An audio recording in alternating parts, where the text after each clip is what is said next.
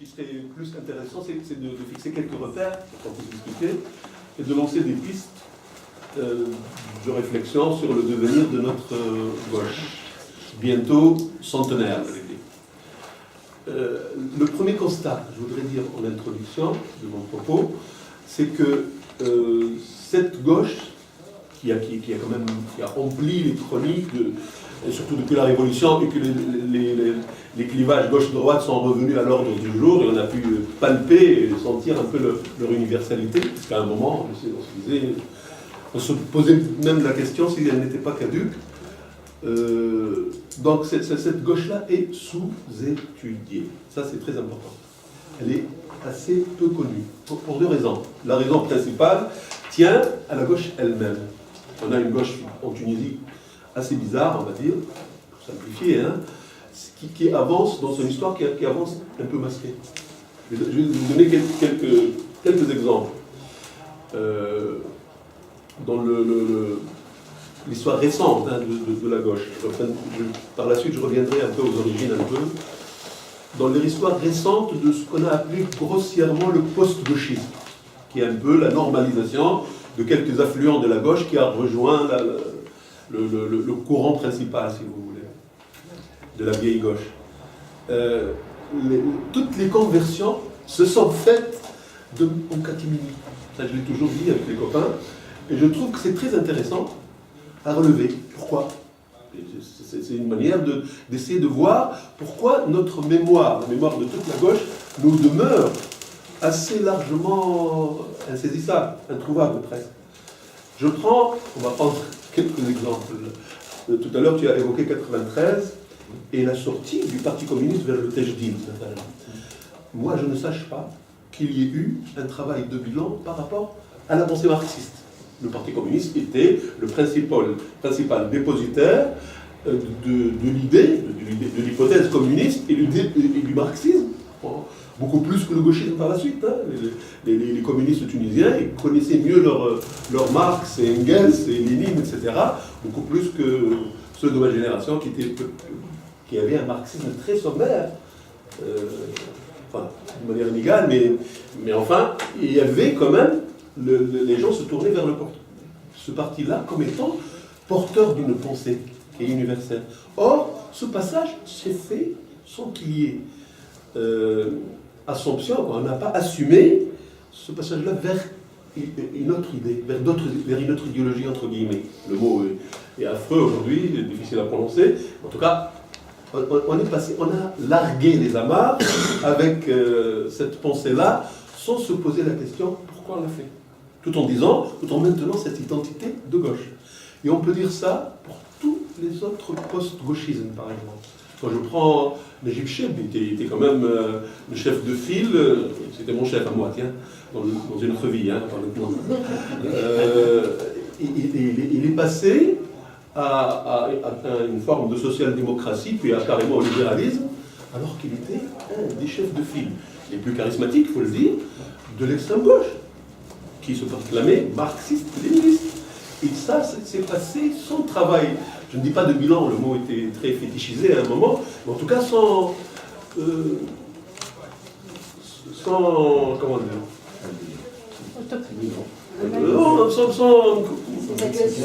sans explication, voilà, sans reddition de compte, voilà, je cherchais ce mot-là, sans rendre compte de qui que ce soit, voilà. On l'a, d'un revers de main, tout un passé s'éloigne dans les limbes, dans l'inconnu, comme s'il n'a jamais existé. On a l'impression d'avancer en effaçant nos traces. La gauche avance comme une boîtier de balai, tu vois, qui ne garde pas sa mémoire. Pourtant, la gauche existe, comme dirait Léo Ferré. Pourtant, ils existent. Pourtant, cette mémoire, il faut aujourd'hui, pour reconstruire cette gauche-là, il faut essayer d'en recoller les morceaux et d'en retrouver la cohérence. Parce que si cette gauche existe, c'est qu'il y a une mémoire quelque part, et il y a un besoin dans ce pays de ce pôle d'idées, de ce courant politique. Ça, c'est la première donnée. Deuxième chose, c'est qu'au-delà des gens de gauche eux-mêmes, ceux qui sont chargés, préposés à l'histoire ou à l'étude, il n'y en a pas beaucoup Il n'y a pas beaucoup d'études sur la gauche tunisienne. Parce que dans l'histoire, l'historiographie contemporaine, dans la corporation des historiens de métier, il y a toujours eu une histoire ce qu'on appelle l'histoire du mouvement national. Vous savez, l'expression elle est de Bourguiba et des bourguibistes, qui a été reprise comme une évidence par les historiens, y compris de gauche par la suite. Ils se sont très peu intéressés à ce courant-là. On commence maintenant. Bien sûr, il y a des travaux importants. Hein. Je crois que tu connais les travaux de Raouf Hamza, un travail pionnier qui demeure indépassé, très très important, qui est sur une question majeure, essentielle. C'était ensuite un ancien communiste, hein, qui a posé la question du rapport entre nationalisme et communisme, dans cette période fatidique entre toutes, qui va du début des années 40 jusqu'à l'indépendance. Une thèse magistrale, mais depuis cette thèse-là, sur les communistes, sur le parti communiste, il y a des travaux partiels, par-ci par-là, on les voit forcément quand on parle du mouvement national, mais il n'y a pas de travaux approfondis, c'est très peu. Pour l'extrême gauche par la suite, ou la nouvelle gauche comme elle s'autodésigne à partir des années 60, je pense à Perspective et à d'autres, et aux enfants et de Perspective, il y a une seule thèse, un seul travail, qui est celui de Google, là, je crois, il n'y a pas d'autres travaux. Il y a une thèse de sciences politiques qui a été faite par Michael Aya, je ne sais pas si vous le connaissez. C'est un franco-tunisien qui s'est établi à Tunis, qui est un excellent travail, mais qui n'est pas consacré à la gauche seulement, à travers le site des islamistes. Ça parle de la notion d'engagement, mais sur une réflexion approfondie, qu'elle soit à portée sociologique ou à caractère historique, demeure aujourd'hui, on va dire, partielle. Il n'y a pas beaucoup de travaux, ce qui n'aide pas à retrouver justement cette mémoire que j'ai évoquée au début. C'est vous dire si ce que je vais vous exposer est très précaire, c'est juste des repères et des pistes. Voilà, pour introduire le propos. Donc, le premier point que je voudrais évoquer avec vous, bien sûr, pour revenir à la généalogie de notre gauche actuelle, aux origines, je vais partir d'un constat qui explique aussi nos difficultés à réaliser ce qu'on appelle une forme d'hégémonie, sinon sociale, du moins au niveau intellectuel dans le pays. La difficulté de la gauche, qui a toujours eu des gens très brillants, qui a toujours eu des gens éminents dans le pays, dans le monde de la culture, je pense principalement, ou des intellectuels, mais qui n'arrivent toujours pas à avoir l'écho désiré dans la société, ou même dans la classe politique de manière générale. Pourquoi? Cela, c'est lié à un fait qui est une sorte congénital, j'allais dire, une sorte de péché originel, j'exagère un peu, qui est la gauche est née d'une greffe qui a porté partiellement uniquement. C'est-à-dire qu'elle est venue à ce pays de l'extérieur. Elle est née du fait colonial, pour commencer, avant tout. Elle n'a pas été totalement issue de ce qu'on appelait, et que j'appellerais encore aujourd'hui, la lutte des classes internes. D'accord? Ça veut dire que Mohamed Bekri, il a évoqué 1934, la création la date de création officielle du Parti communiste tunisien, mais le mouvement communiste date de 1920, justement, tout de suite après, tenez-vous bien, le congrès de Tours. La section, la fédération tunisienne de la SFIC, la section française de l'internationale communiste, qui a sessionné, bien sûr, comme chacun sait, de la SFIO, du socialisme français, a été créée en Tunisie immédiatement après ce congrès-là. Elle nous est venue de métropole. Si vous voulez, les premiers germes du communisme, qui est le noyau dur de la gauche, hein, en Tunisie, sont venus partiellement. Ça ne veut pas dire qu'il n'y a pas eu convergence ou articulation avec des mouvements internes. Ensuite, tout le monde sait que l'expérience de Mohamed Ali, les communistes y ont pris part de manière active. Ça veut dire que, si vous voulez, ces idées qui viennent de l'extérieur ont pénétré certains milieux. Mais on ne peut pas dire qu'elles se sont enracinées et qu'elles se sont diffusées dans tout le corps social. Ça n'est pas vrai. c'est resté toujours, ça a évolué dans des milieux assez limités, même s'il y a des poches d'enclaves importantes, hein, dans le bassin minier, du côté de l'Isère, dans un certain nombre de coins, mais il n'y a pas cette traînée de poudre qu'a connu le milieu de Stour, de Bourguiba, pas du tout. Ça, c'est la première chose. La deuxième chose, ça a évolué principalement dans des milieux, dans le prolétariat colonial. Pas uniquement, mais principalement.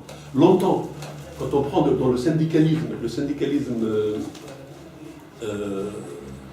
socialiste ou communiste, CGT, autour de la CGT, sur différentes générations, il n'a pas toujours pénétré les milieux qu'on appelait indigènes à l'époque. Donc il y a toujours cette difficulté à sortir des cercles qui sont les plus avancés. Hein. Quand je dis franco-tunisien, pour moi c'était aussi les élites les plus éclairées.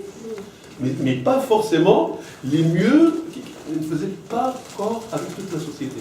Donc il y avait toujours ce handicap par rapport qui a fait que la gauche était pas impopulaire, mais en tout cas il vivait toujours dans une sorte de décalage ou de rapport un peu difforme avec le peuple qu'elle prétend représenter.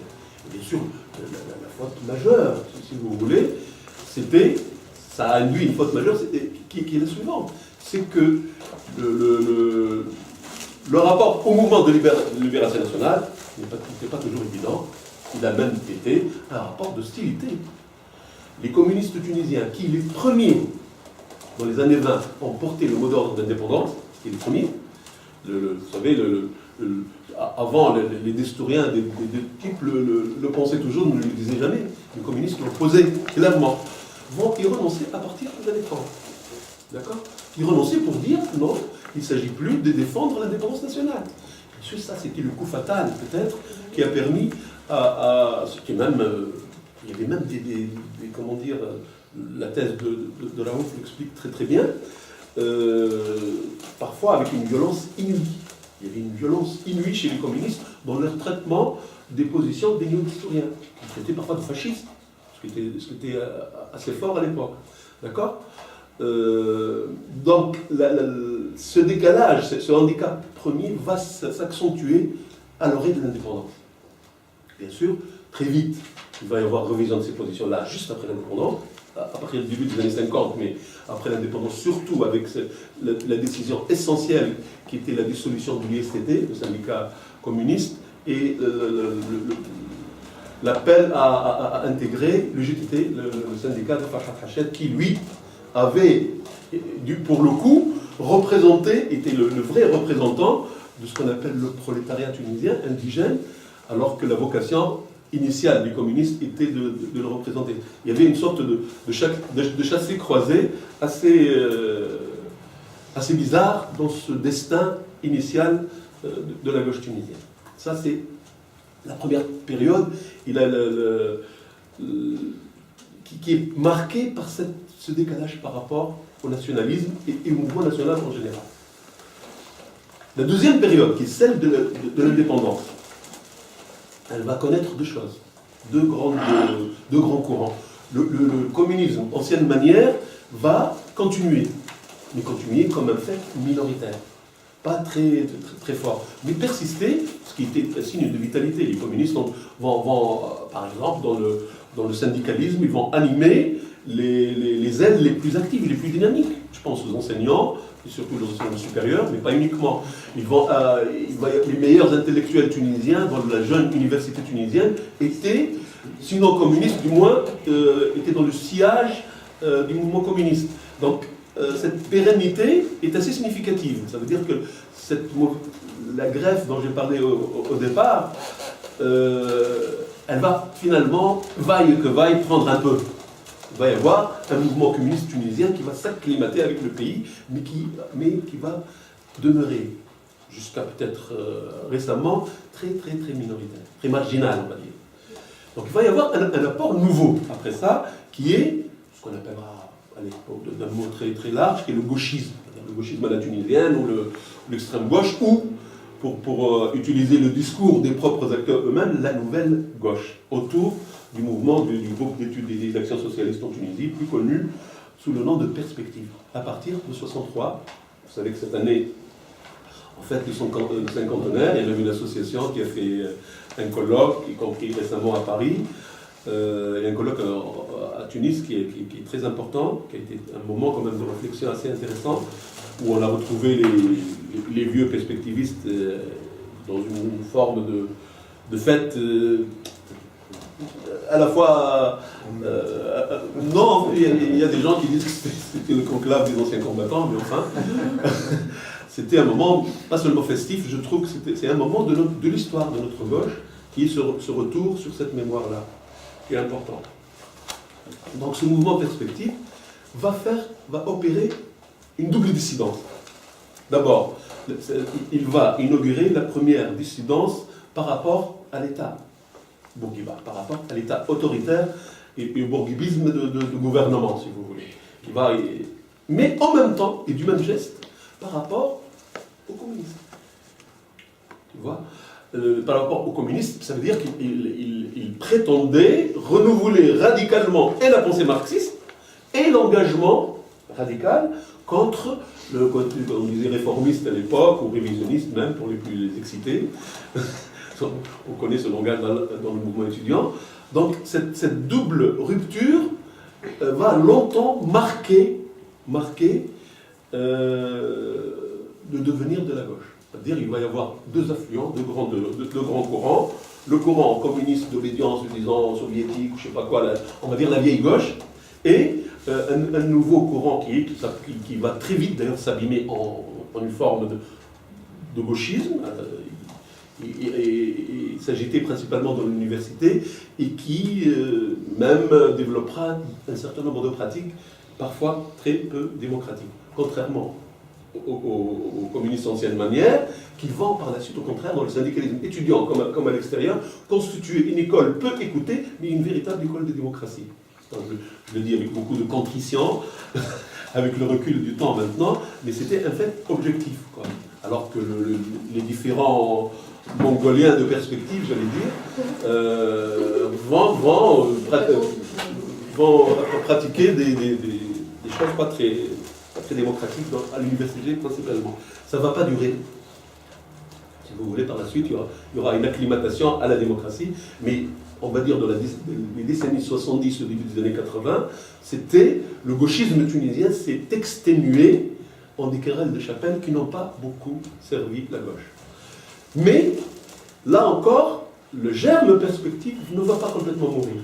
Il va, si vous voulez, être enfoui, comme on dit, et il va par la suite se diffuser dans la société tunisienne et donner ce qu'il y a, avec bien sûr l'apport de la vieille gauche aussi, ce qu'il y a de meilleur tout au long des années 80-90 et même jusqu'à aujourd'hui dans la société civile. Ça veut dire, si vous voulez, les échecs politiques, la marginalité toujours recommencée de la gauche tunisienne à l'université ou dans la société en général, et l'échec principal du fameux slogan de la jonction, des perspectives de jonction avec le prolétariat, bien sûr, c'est entendu, l'Izdiham,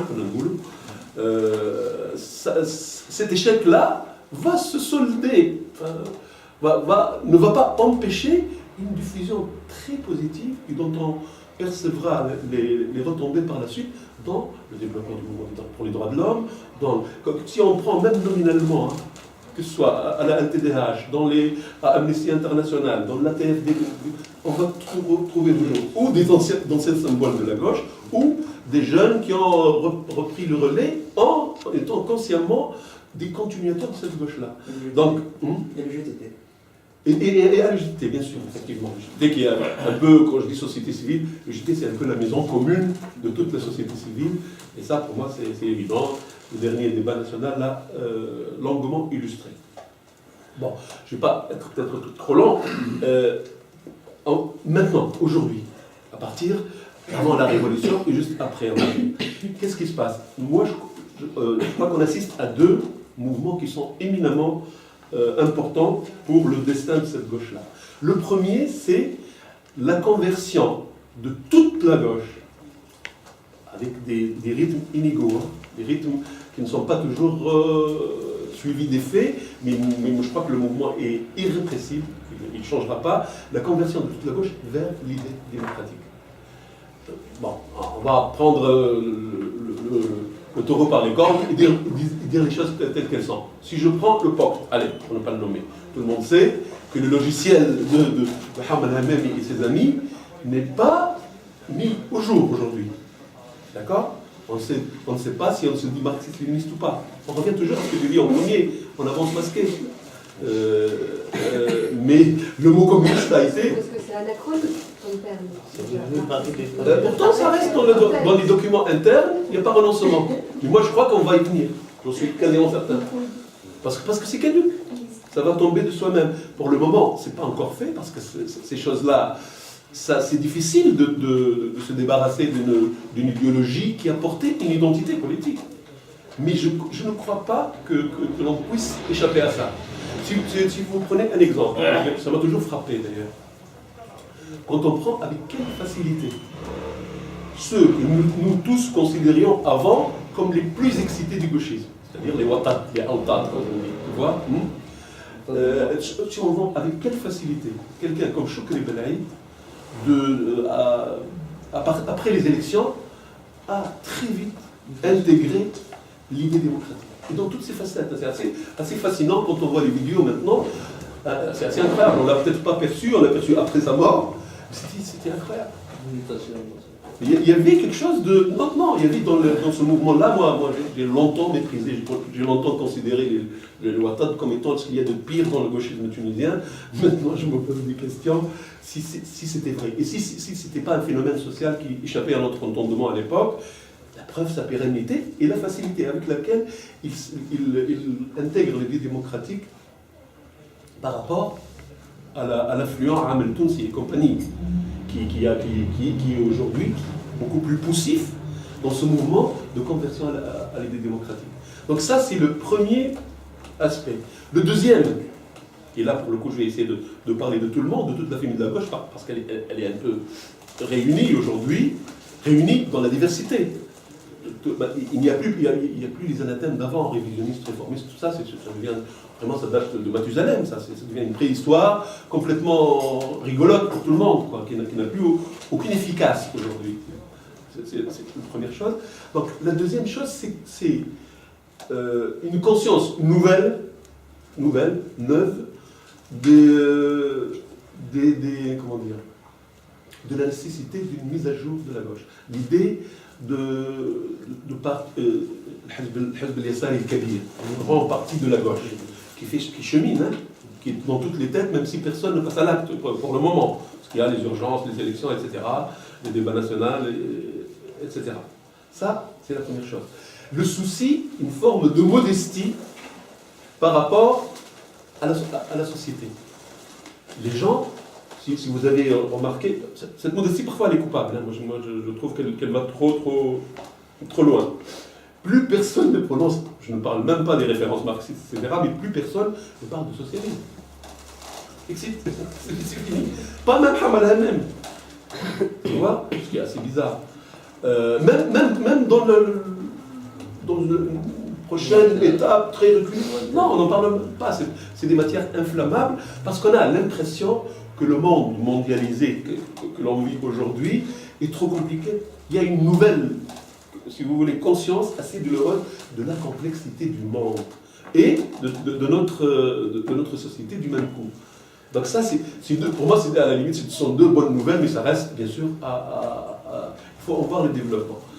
Quels sont, aujourd'hui, avant qu'on essaie de faire un échange, je n'ai pas envie de trop accaparer la parole, quels sont aujourd'hui les grands problèmes qui se posent à partir de ces constats, de cette conscience nouvelle? C'est qu'il y a, on est conscient que la gauche, elle a deux mamelles, j'allais dire, deux trépieds ou de piliers, qui sont la liberté, on va dire la démocratie, et la société, le social. On a, d'ailleurs, même au niveau intellectuel, on a une gauche liberté, une gauche libérale, une gauche démocratique, et une gauche sociale. Bien sûr, le casting de cette gauche-là, il est complexe, hein, mais en gros, il y a une sorte de fidélité à l'idée démocratique, et une fidélité beaucoup plus à la radicalité et à l'exigence sociale. Qu'on peut retrouver, bien sûr, c'est dans le post-gauchisme beaucoup plus, alors que la défense des libertés et des droits de l'homme, on le trouve beaucoup plus dans les héritiers de la vieille gauche. Ça ne veut pas dire que personne ne se soucie du social de l'autre côté, ou que l'idée démocratique est absente. Mais en gros, c'est à peu près ça. Il y a deux vieilles traditions qu'on reprend aujourd'hui, c'est le souci démocratique et le souci du social, de la société et des pauvres, on va dire, pour simplifier. Et c'est dans l'articulation de ces questions-là, retrouver une radicalité, une exigence sociale, retrouver une vocation du changement radical dans la société. Et en même temps, se dire que l'horizon indépassable de ce changement ne peut être démocratique. C'est-à-dire qu'aujourd'hui, toute la politique s'inscrit dans un horizon démocratique et la démocratie n'est plus cette étape qui va être dépassée par autre chose. Et ça veut dire du coup l'abandon d'un pan entier de notre patrimoine marxiste sans renoncer à l'idée marxiste elle-même. C'est ce qui est en gestation, à mon sens, aujourd'hui. Ça suppose deux grandes clarifications, à mon avis. La première, c'est notre si longue absence ou notre distance par rapport à notre propre société. D'accord ? Est-ce qu'elle peut s'expliquer par nos problèmes identitaires ? Il faut se poser la question de l'identité, la question de l'islam, la question de l'arabité, la question de... Toutes ces questions-là ont été longtemps refoulées, ou alors abordées de manière... quand je prends l'expérience gauchiste de perspective, ça allait dans tous les sens, et c'était un coup, on se sent complètement bourguibiste. La Tunisie, c'est notre mère à tous, les Arabes, c'est comme les Hollandais, on s'en fout. Ou c'était écrit dans la brochure Jeanne, tu le sais bien. Et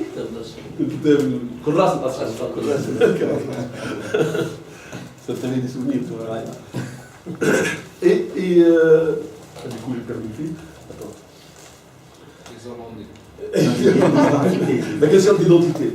Ou donc abordée de manière virulente, où on empruntait notre discours aux nationalistes arabes, de telle sorte qu'une partie du gauchisme est devenue l'aile populiste et radicale du nationalisme arabe. Ça a été, à un moment, ça a été le cas. Même si, moi je crois que ça n'a jamais été complètement le cas. La preuve, ce retour, la preuve que quelqu'un comme Hamma, qui était à un moment, qui écrivait au tout début de la Révolution,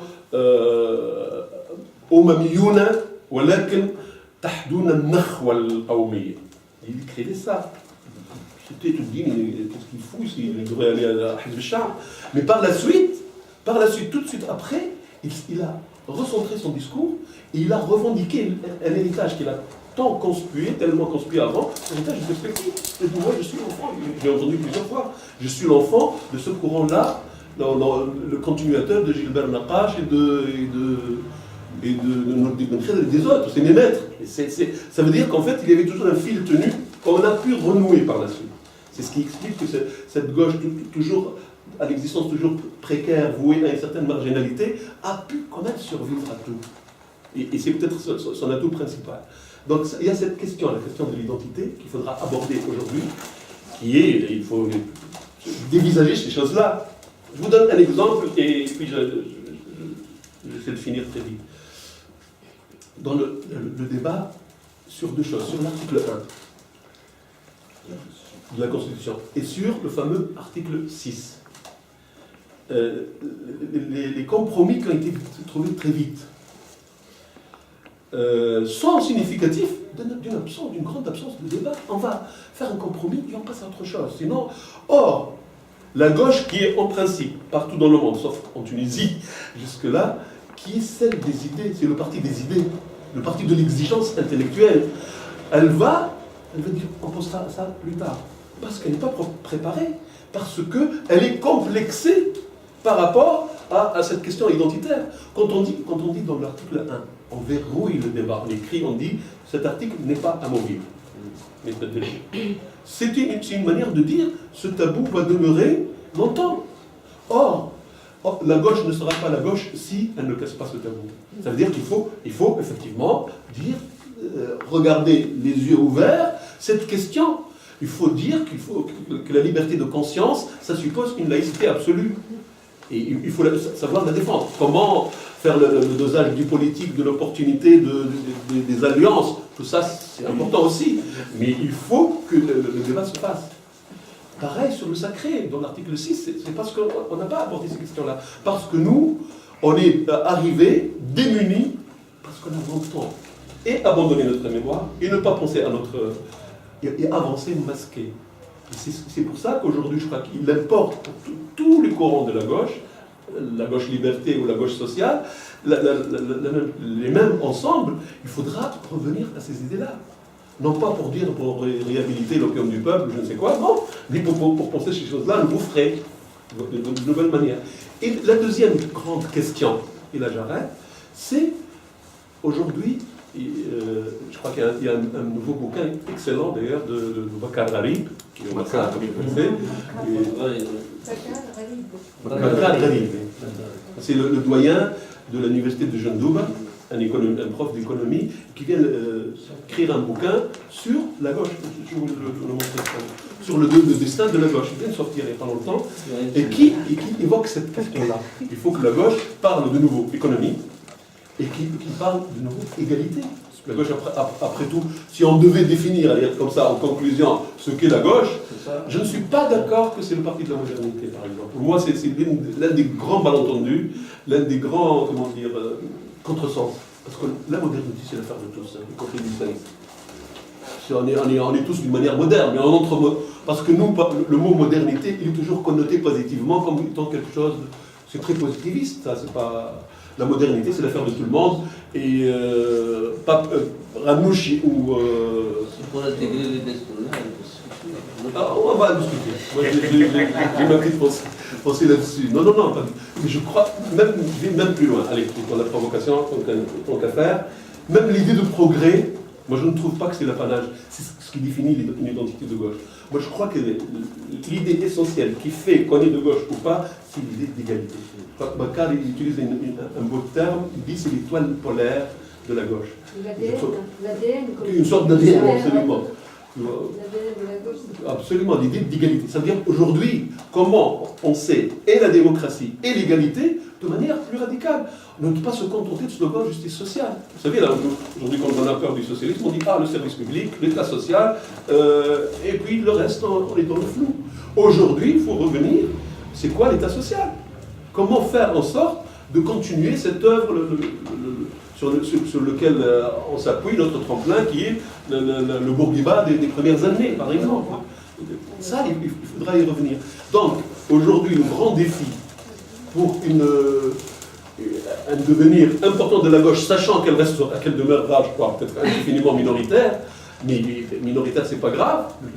L'essentiel, c'est qu'on pèse dans la société.